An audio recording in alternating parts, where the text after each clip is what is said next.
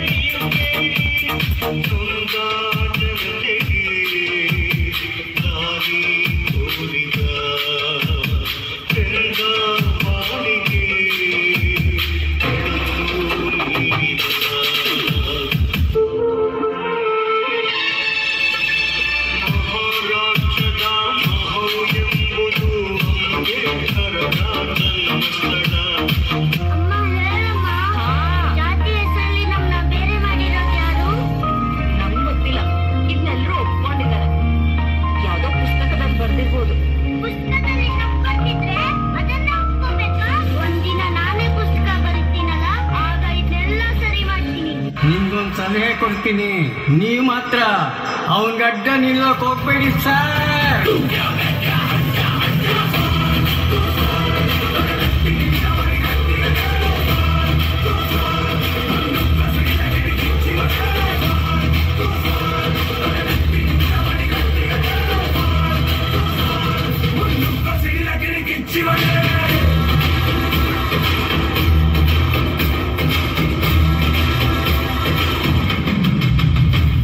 ಅವರ ಪ್ರೌಢ ಶಿಕ್ಷಣ ಮುಗಿಸಿದ ನಂತರ ದೇಶ ವಿದೇಶಗಳಿಗೆ ಹೋಗಿ ಹೆಚ್ಚಿನ ಶಿಕ್ಷಣ ಪಡೆದುಕೊಂಡು ಬಾ ಎಂದು ಸಯ್ಯಾಜಿರಾವ್ ಗಾಯಕ್ವಾಡ್ ಎಂಬ ಮಹಾರಾಜ ಧನ ಸಹಾಯ ಮಾಡಿ ಆಶೀರ್ವದಿಸಿದ ನಂತರ ತಮ್ಮ ಪದವಿ ಶಿಕ್ಷಣ ಮುಂದುವರಿಸುತ್ತಾರೆ.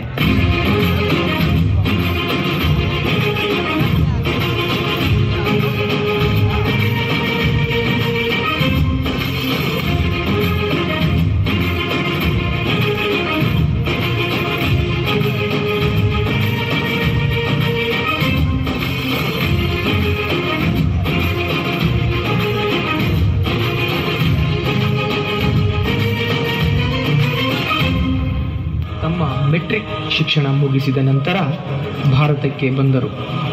ನಂತರ ನಮ್ಮ ದೇಶದ ಲಾ ಮಿನಿಸ್ಟರ್ ಆಗಿ ಆಯ್ಕೆಯಾದ ಕೆಲವು ವರ್ಷಗಳ ನಂತರ ಭಾರತೀಯರಿಗೆ ಸಿಕ್ಕ ಬಹುದೊಡ್ಡ ಗ್ರಂಥವೇ ಸಂವಿಧಾನ.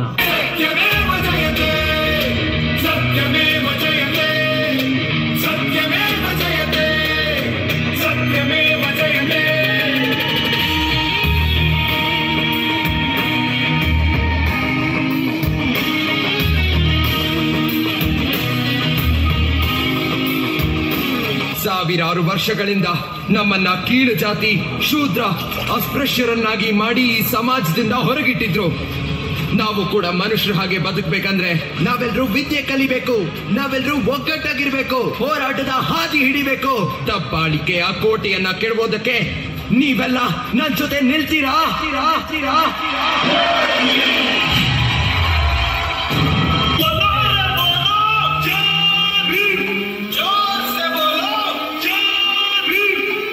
ಸಂವಿಧಾನಕ್ಕೆ ನೀನೆ ಶಿಲ್ಪಿಯು ದಾರಿದೀಪವು ನೀನೆ ಕಲಿಸಿಕೊಟ್ಟೆ ಸಮಾನತೆಯನು ಏಕತೆಯನು.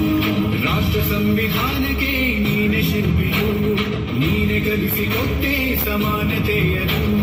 ನಿನ್ನ ಲೇಖನಿಯ ಬರಹ ದೇಶ ಗರ್ಜನೆ, ಒಂದು ಮಾತು ಕೂಡ ಭೀಮ ಗರ್ಜನೆ.